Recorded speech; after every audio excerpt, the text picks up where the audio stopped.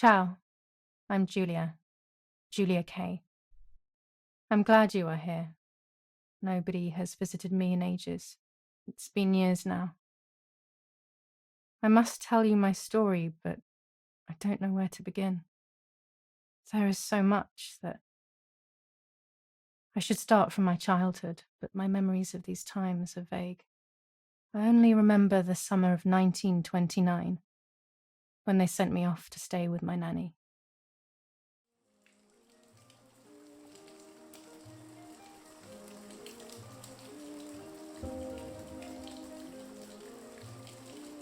Nanny, will you tell me the story of the White Lady? No, little sparrow. Not tonight. A fog is coming, see? Yes. I know that when it's foggy, the lady kills young women. But why is she so evil? You see, Julia, pain and suffering can make us do evil things, even if we're not actually bad. Just like soldiers have to kill other soldiers. I like the lady, I've decided, Nanny. She must be in so much pain. The poor dear. She still scares me a little, though. Soon I'll be a young woman, and she could kill me. Does she kill those who love her? Of course not. That makes me feel better because I love her. But what about Martha? Would she be in danger? Your sister is with your mother, so do not worry. Do you miss them? No. I mean, yes, I miss Martha a little, but I love spending time with you. Now, go to sleep, little sparrow. It's getting late. Okay, Nanny. I'll go to sleep and dream of the lady. Was she beautiful? She was beautiful. Yes, very much so. Then she'll be beautiful in my dreams. And will I be beautiful just like her? You'll be even more beautiful. Listen, Nanny. Since the lady won't harm me because I love her, and since you're not a young woman, could you tell me her story, even if it's foggy outside? Please. Oh, please, then I'll sleep. I promise. Oh, all right. You always get your own way.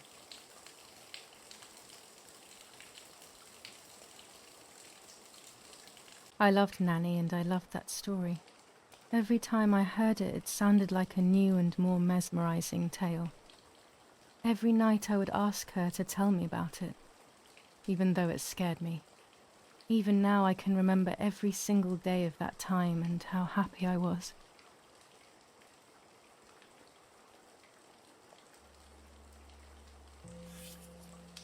According to an ancient legend, the lakes of the area are haunted by the spirit of a young woman who was killed by the man she loved.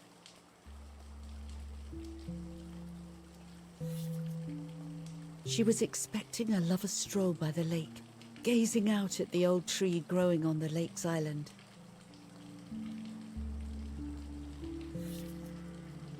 So much hope and desire, but death, not love, was awaiting her.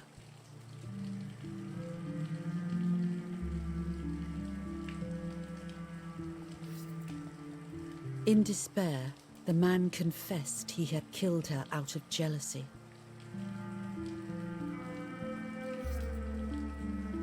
So he was hanged on the small island, in the middle of the very same lake where he had killed the girl.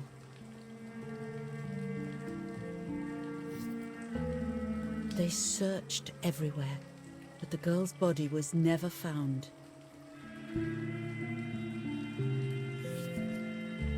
Since then, her spirit, known as the White Lady, has been imprisoned in the depths of the lake.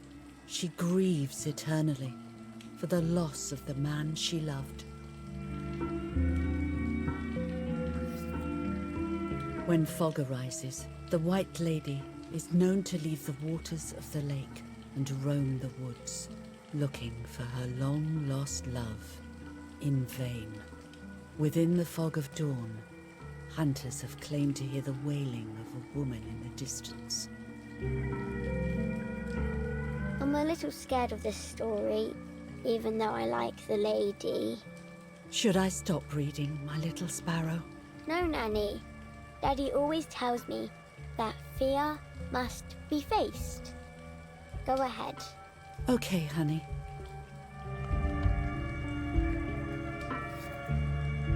Every time the sad memory of the night she perished stirs in her soul, she takes the life of a young woman by slaying such a life in its youth. Even just for an instant, the lady feels free from the burden of her pain.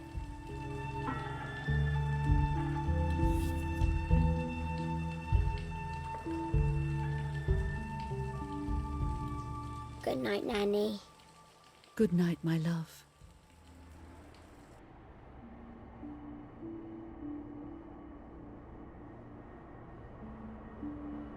I spent almost 3 years with the nanny, but when I came home, I quickly forgot how to be happy. My memories did not return until 15 years later, in 1944, when I stayed in that house. I enjoyed setting up cameras in the woods by the lake. My father created a device that attached to the cameras. It would make them take pictures at set intervals. I was trying to photograph animals, or whatever else was in that damned place.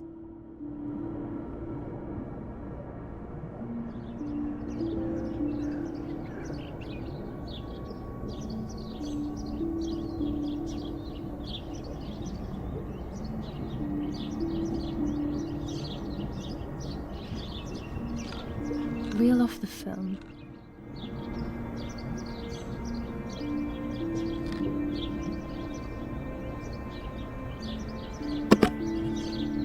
Open the camera. Remove the old roll of film.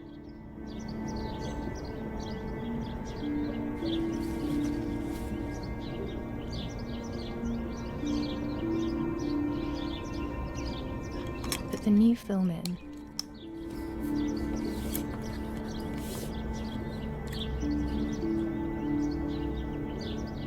Close the camera. Load the film.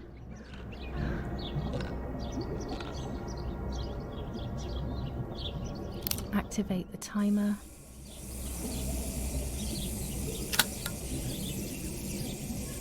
Almost ready. Now to bring the image into focus.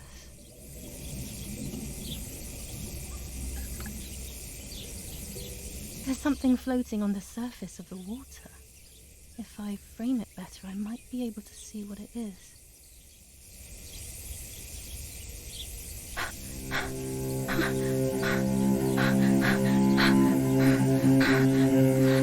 What? Is that a person? I must help them.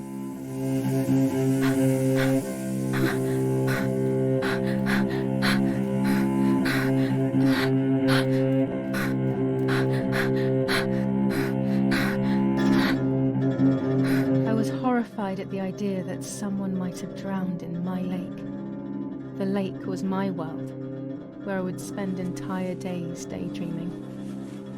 I would lose myself in my thoughts, but that was a rude awakening. So terrible.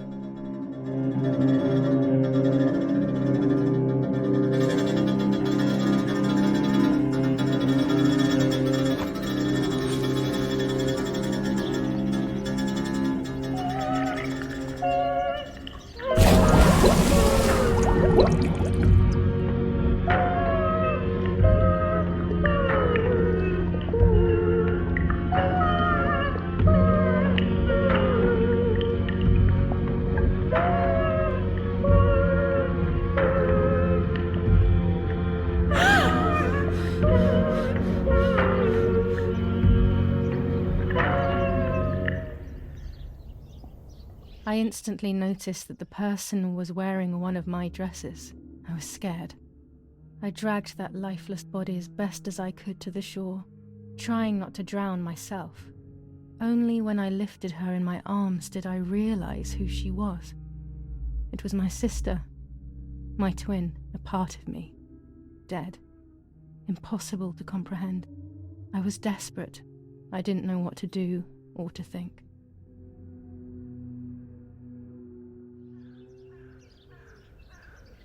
I have to stay calm. Martha is not dead. not possible. It's not true.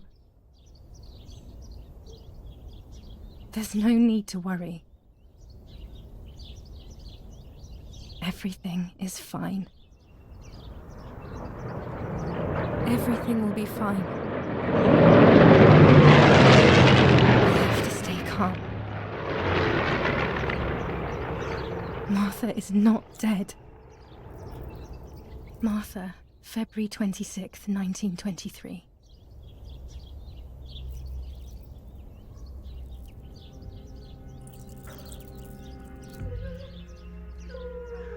Is everything okay? Are you hurt?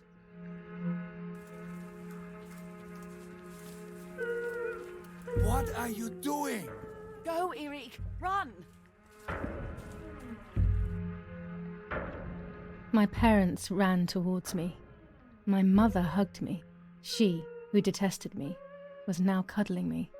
Her warmth filled me with life, and the pain became bearable. I felt protected. "Martha, are you okay?" she asked me, speaking slowly in order to let me read her lips. She thought I was deaf. She thought I was Martha. I didn't want the moment to fade, so I meekly nodded my head. I didn't realize I had done something that couldn't be undone. I would have to pretend to be Martha forever.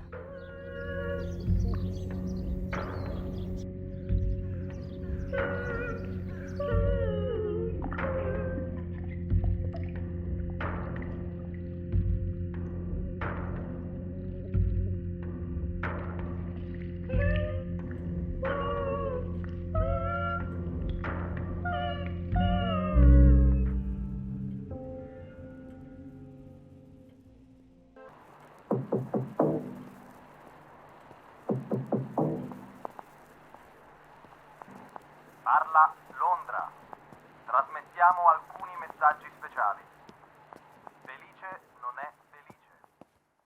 È cessata la pioggia. La mia barba è viola. Parla Londra. Abbiamo scritto alcuni messaggi speciali. What's happening? Who closed the door?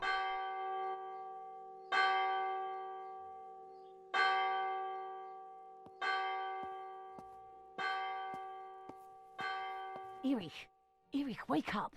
Do you think it's appropriate to sleep here, of all places? What? Yes. I must have fallen asleep.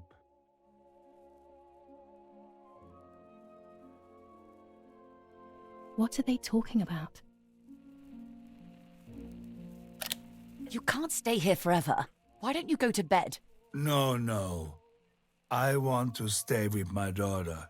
Your daughter? Your daughter? You have another daughter, you know. The one who's still alive. Remember? What are you talking about, Irena? Julia is dead. What kind of comment is that? How can you? You should be thinking about Martha. Julia harmed Martha. You know that, right? And as if that were not enough, she has now also abandoned her. It's the same old story. Everything is always Julia's fault, isn't it? Her fault for Martha being deaf and for you being infertile. Do you think it's the right time for this? Julia is dead, Irene. Dead. Someone killed her. Do you realize that? Of course I realize. I get it. Do you think I'm stupid? No one understands it better than me. She always brought problems. Only problems. It would have been better if she hadn't been born at all. You're crazy. I'm the crazy one? Me?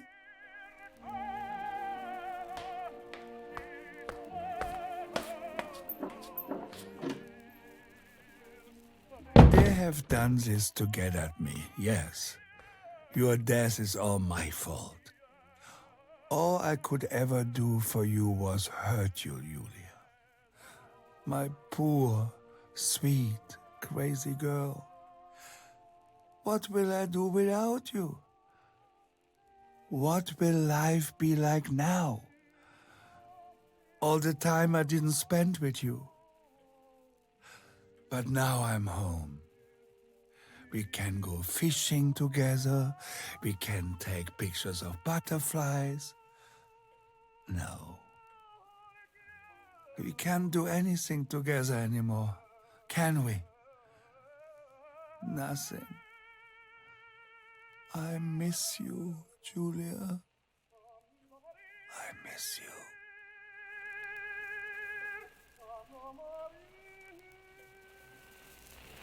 While American bombings continue to devastate the peaceful towns within the Elsa Valley, we have heard some tragic news from the area of La Ramola. The young daughter of German Army General Erich K. was murdered near her home. What possible reason could there have been behind such a cowardly act? This is what the Carabinieri, who immediately intervened, hope to find out.